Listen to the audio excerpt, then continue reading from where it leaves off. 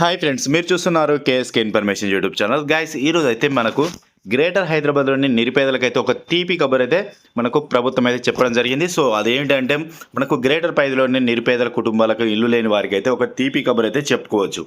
So ఇల్లు లేని పేదలకు సొంతింటి కల నిజం చేయడానికి మనకు సంకల్పించిన తెలంగాణ అయితే ప్రభుత్వ ఇల్లు పథకం ద్వారా పేదలకు శుభవార్త చెప్పడం జరిగినట్టు గూడు లేని వారికి అలాగే గూడు కల్పించే విధంగా ఈ క్రమంలో ఇప్పటికే ప్రతి జిల్లాలో నియోజకవర్గంలో గృహ ప్రవేశ కార్యక్రమాలు నిర్వహిస్తుంది. తాజాగా మనకు గ్రేటర్ హైదరాబాద్లోని ఇల్లు లేని వారికి అలాగే నిరుపేదలను దృష్టిలో పెట్టుకొని వారికి ఇల్లు ఇచ్చేందుకు కసరత్తు చేస్తుంది. నిరుపేదలకు ఇళ్ళ కోసం ప్రభుత్వం కసరత్తు అన్నట్టు. సో మన క్రమంలో గ్రేటర్ హైదరాబాద్ పరిధిలో కూడా గుర్తింపు పనులు తీవ్రంగా జరుగుతున్నాయి. అంటే ఫ్రీగా భూములు చదువుతున్నాయంటే ఇప్పటికీ మనకు ముఖ్యమంత్రి రేవంత్ రెడ్డి స్పష్టంగా ఆదేశాలతో రెవెన్యూ మరియు గృహ నిర్మాణాల శాఖ అధికారులు ప్రభుత్వ భూములకు సర్వే చేస్తున్నారు. ఈ వివాదాలు లేని భూమి అంటే ఏ వివాద గొడవలు లేని భూమి అన్నట్టు. అలాగే ప్రభుత్వ భూములను ఎంపిక చేసే ప్రక్రియ వేగవంతం అయితే చేయడం జరిగింది. ఇప్పటికే నగరాల్లో 7 ముఖ్య ప్రాంతాల్లో ఈ సంస్థ మన స్థలాలను అయితే ఎంపిక చేయడం పూర్తి కావచ్చింది అన్నట్టు.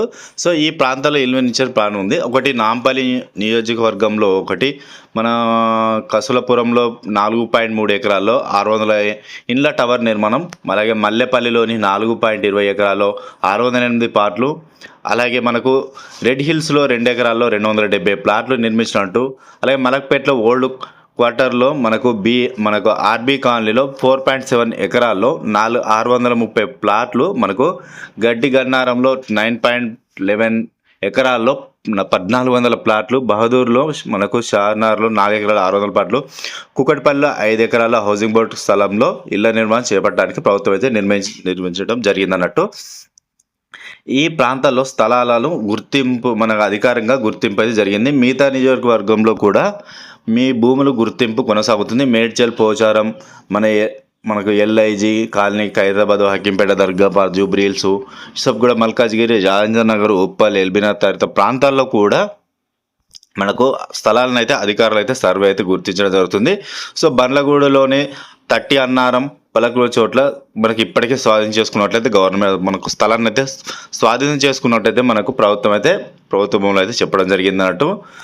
ఇక్కడ హైదరాబాద్లో మనకు ఈ అండ్లకు అర్హులు ఎవరు అని తెలుసుకుంటే, ఈ పథకం ద్వారా మనకు హైదరాబాద్లో పేదలు, కార్మికులు, నిర్మాణ కార్మికులు వంటి బహుళ అంతస్తుల ఇళ్లలో సొంత నివాసం పొందుతారన్నట్టు. సో మనకు వివాదంలో వారికైతే మనకి ఇల్లు అయితే ఇవ్వడం జరుగుతుంది. సొంత ఇల్లు కోసం అయితే దీనికైతే ఇక్కడ మీరు ప్రతి ఒక్కరైతే అబ్జర్వ్ చేసుకోవచ్చు అన్నట్టు. వీరి కోసం అయితే సొంత ఇల్లు కోసం అయితే చేయడం ద్వారా విషయంలో ఇబ్బంది లేదని పొందుతారు.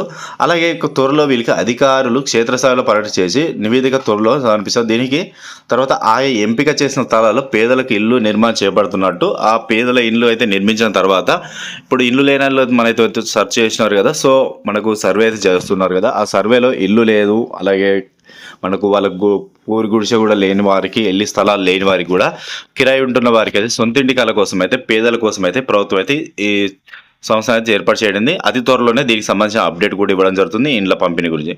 గైస్, వీడియో నచ్చితే లైక్ చేయండి. Thank you.